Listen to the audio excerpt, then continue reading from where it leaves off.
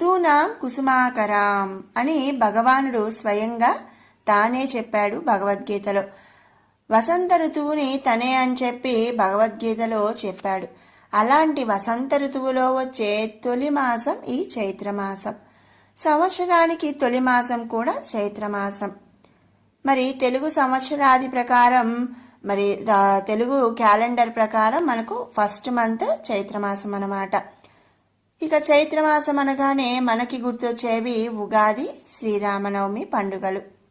ఆ వాటితో పాటుగా దశావతారాల్లో మొదటిదైన మత్స్యావతారం, యజ్ఞవరాహమూర్తి జయంతి, సౌభాగ్య గౌరీ వ్రతం కూడా ఈ మాసంలోనే వస్తాయి. అలా చైత్రమాసం సంవత్సరానికి మొదటి నెలగా మాత్రమే కాకుండా ఎన్నో ఆధ్యాత్మిక పౌరాణిక విశిష్టాలు కూడా కలిగిన మాసం ఈ చైత్రమాసం. చైత్రమాసంలో చంద్రుడు పౌర్ణమి రోజున